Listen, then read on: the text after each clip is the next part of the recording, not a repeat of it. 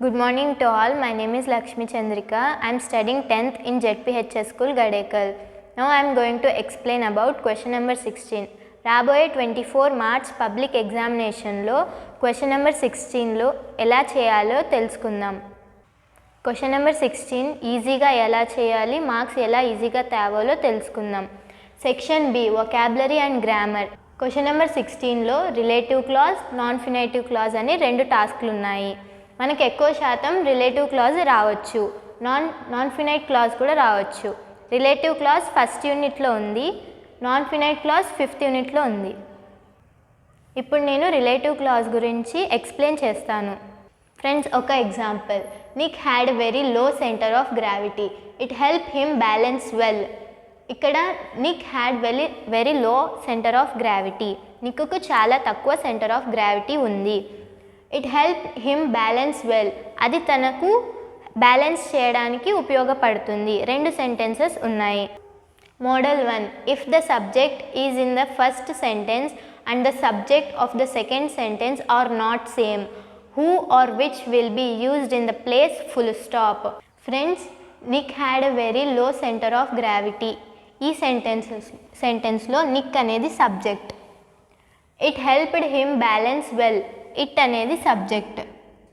Reason plus result ముందుగా చూసుకోవాలి. ఈ సెంటెన్స్లో Nick had very low centre of gravity, ఇది రీజన్ కాబట్టి it helped him balance well, అది రిజల్ట్. మనం రాసేటప్పుడు రీజన్ ప్లస్ రిజల్ట్, రీజన్ తర్వాత ఫుల్ స్టాప్ తీసేసి ఇచ్చిన విచ్ కానీ హూ కానీ అక్కడ రాసి తర్వాత రిజల్ట్ రాయాలి. రిజల్ట్ రాసేటప్పుడు సెకండ్ యాక్షన్లో ఉన్న సబ్జెక్ట్ని తీసివేయాలి,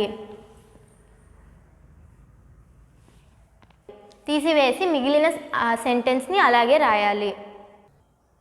Nick had very low centre of gravity, అదంతా అలాగే రాసాం. నెక్స్ట్ ఇక్కడ ఫుల్ స్టాప్ తీసేసి విచ్ని రాయాలి. సెకండ్ సెంటెన్స్లో సబ్జెక్ట్ని తీసివేయాలి, మిగిలిందంతా అలాగే రాయాలి. Helped him balance well. Friends, వేరు సబ్జెక్ట్ ఉన్నప్పుడు ఈ విధంగా ఆన్సర్ చేయాలి. Friends, second example. Savitri played the role of nurse in Chivaraku Migiledi film, it became a milestone in her career. Friends, first సెంటెన్స్లో సబ్జెక్ట్ సావిత్రి, సెకండ్ సెంటెన్స్లో సబ్జెక్ట్ ఇట్, రెండు వేరు సబ్జెక్టులు. ఇప్పుడు రీజన్ ప్లస్ రిజల్ట్ని గుర్తిద్దాం. Reason, Savitri played the role of nurse in Chivaraku Migiledi film. ఆమె చివరకు మిగిలేది ఫిలింలో నటించింది కాబట్టి ఆమె it became a milestone in her career, ఆమె సినిమా జీవితంలో అది ఒక గొప్ప సినిమాగా మిగిలిపోయింది. ఈ సినిమా చేసింది కాబట్టి ఆమె జీవితంలో ఆ సినిమా ఒక గొప్ప సినిమాగా మిగిలిపోయింది. కాబట్టి Savitri played the role of nurse in Chivaraku Migiledi film, ఇది reason. It became a milestone in her career, ఇది result. So the answer is Savitri played the role of a nurse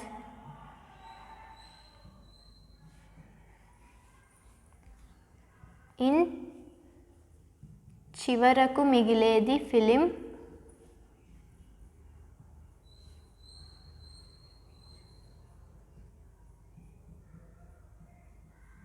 అక్కడ వాళ్ళు విచ్ ఇచ్చారు కాబట్టి మనం విచ్ని రాయాలి. Which.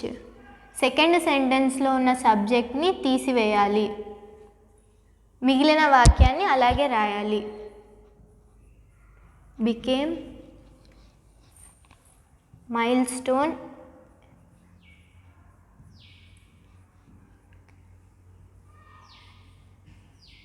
in her career.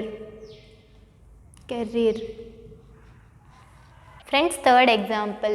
Abel wanted to marry Mr. John Shorrocks. She keeps the Ringo bells. Preeti, come and do the answer. Hi friends, my name is L. Preeti. I am studying 10th class in ZPHS school. Now I am going to answer the third question. Abel wanted to marry Mrs John Sherox, she keeps the ringo bells. ఇక్కడ Abel అనేది first సెంటెన్స్లోని subject, she అనేది రెండో సెంటెన్స్లోని subject.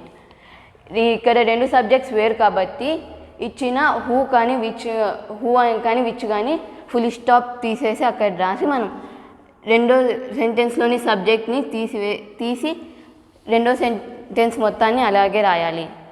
ఇప్పుడు answer రాసాం. Abel wanted to marry Mrs John.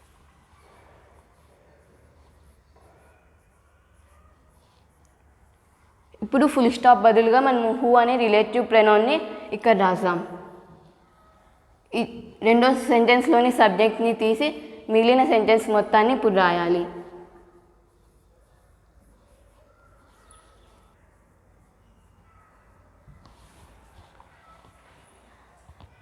ఇది ఈ question యొక్క ఆన్సర్. వెరీ నైస్ ప్రీతి. మోడల్ 2. ఫ్రెండ్స్, ఇందాక మనం సబ్జెక్టులు వేరు అయితే ఎలా రాయాలో తెలుసుకున్నాం కదా.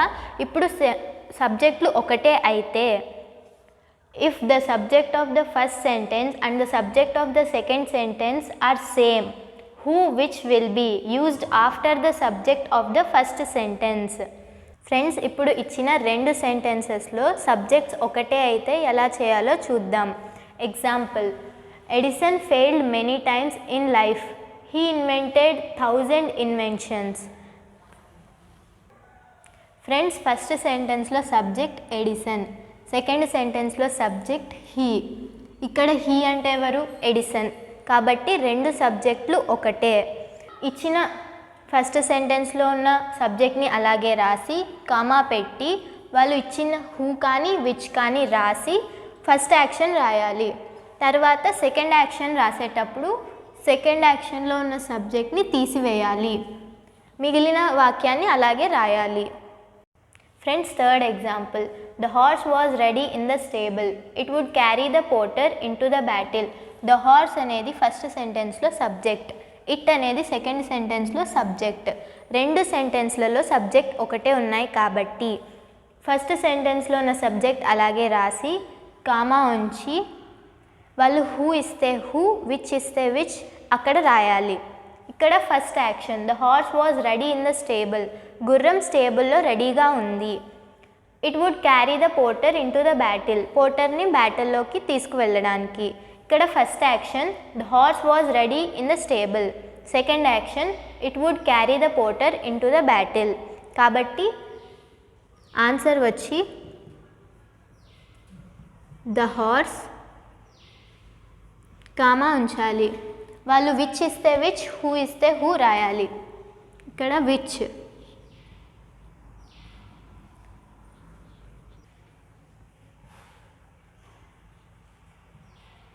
రెండవ సెంటెన్స్లో ఉన్న సబ్జెక్ట్ని తీసివేయాలి. ఇట్ కామా ఉంచి మిగిలిన వాక్యాన్ని అలాగే రాయాలి. Friends, fourth one, Thomas had only 3 months of formal schooling, he was partially deaf. Friends, దీంట్లో ఫస్ట్ యాక్షన్ సెకండ్ యాక్షన్ గుర్తించండి. సేమ్ సబ్జెక్టా కాదా గుర్తించి మీరు ట్రై చేయండి.